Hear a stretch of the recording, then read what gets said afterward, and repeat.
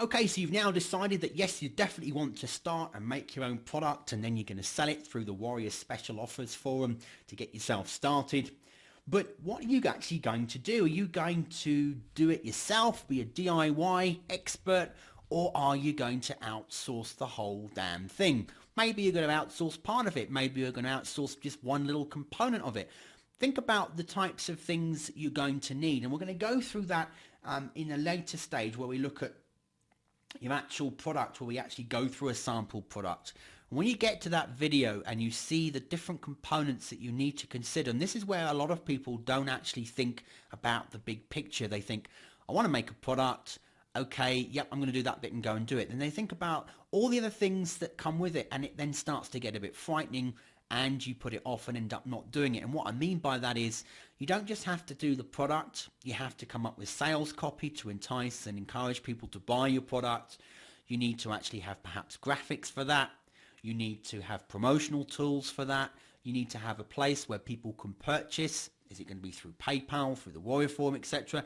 You then need to have a download area to deliver the product. You then want to do follow-ups to the people.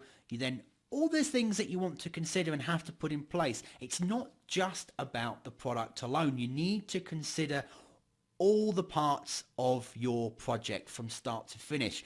And once you've gone through those, and as I said in a later video, the nice thing is I'm going to lay out for you all the areas you're going to have to consider, so you've got it there ready, so you don't have to worry about what do I do next. It will be shown to you through this course. But once you know the different components, you can go through and look at it and think, okay, what parts of this project am I going to do myself, and which parts am I going to outsource and be the project manager for? Or even am I going to outsource the whole lot and not even be the project manager? The choice is yours, and that's the great thing about this. So things you want to consider at this point are, are you going to DIY it? Are you going to do the whole thing? You're going to outsource? And considerations you need to have here is, okay, what's your budget? Can you afford to do all of the outsourcing of the whole product from the first time? You might be in a situation where you have a few $100s kicking around that you want to invest to get started, and rather than do all the learning curve of any of the work yourself, you want to just be the project manager and outsource the whole thing. And there's actually great advantages to taking this route, and even if you start out by not having the money to do that, I would highly recommend that that's what you work towards ultimately.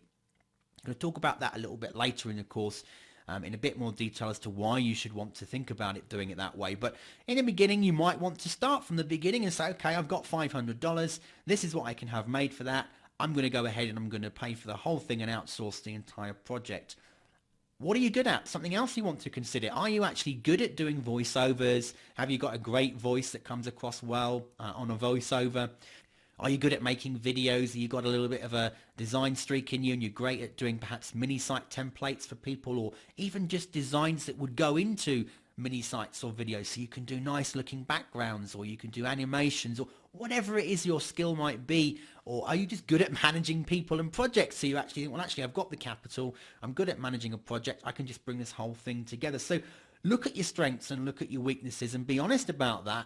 And from that, let that guide you as well into which you decide to do in the beginning. And at the end of the day, if you're not that brilliant at something, the best way to get better is to practice. So when you're making some products, if you really suck at it, don't try attempting it, because it could end up costing you money. It's better to pay a bit of money and have someone, say, for example, write the sales copy for you, and it then come across a lot better. But the nice thing about the environment you're in is you've got the ability to learn. So by going into the Warrior Special Offers Forum, and we'll look at this when we're going in to do research, you're going to go through and look at what other products people are selling to get an idea of perhaps the market you might want to start with in selling. But you can also look at some of the copy. So what triggers have got, when you look at the amount of people that have replied, the amount of posts that have been made, maybe the amount of purchases that have been made, and you start to see that certain things within sales copy triggers people to buy, there's nothing wrong with you using that, not word for word and verbatim, but using that style to then put into your own sales copy yourself. So you can learn the different areas. But again, let's say, for example, you suck at design and you cannot do a mini site to save your life. Why would you spend 3-4 months trying to learn how to put together a really crappy looking product when you could pay anything from $27 to $297, depending on the style and the designer that you use? you could pay someone else to do a pretty good job for you.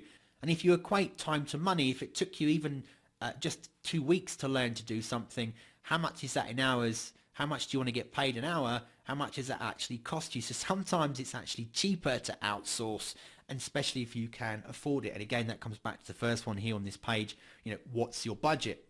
And the other thing to consider, it's a silly question perhaps, but why are you doing this? Are you going to throw money at something just because? Are you going to learn how to do a certain thing, like perhaps design to sell templates because you want a new hobby?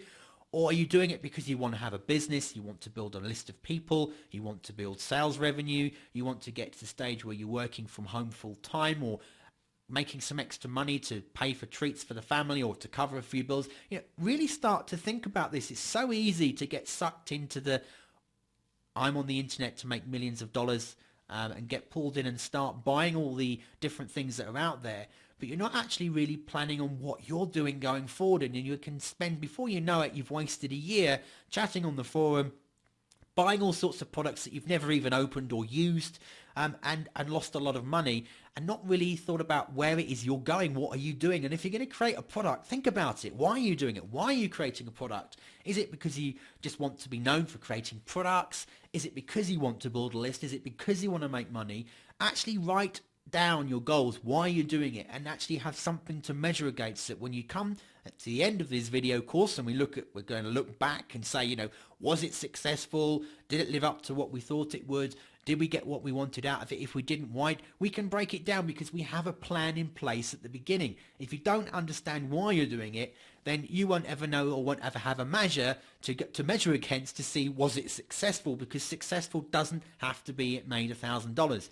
Successful could be you added 10 people to your list. And if you have no list today, and by the end of the week you have a list of 10 people, that's quite an achievement, and you should be proud of that. It's more than a lot of people will actually ever accomplish because they never take action. So have a set of goals, understand why you're doing it, make sure you've got your budget to cover what you're doing, look at your strengths and your weaknesses, and then you're ready to decide, what am I actually doing myself, or what am I outsourcing? And then you're ready to move on to the next phase, where we're going to look at doing your research, thinking about the product that you're actually going to create and then going to sell.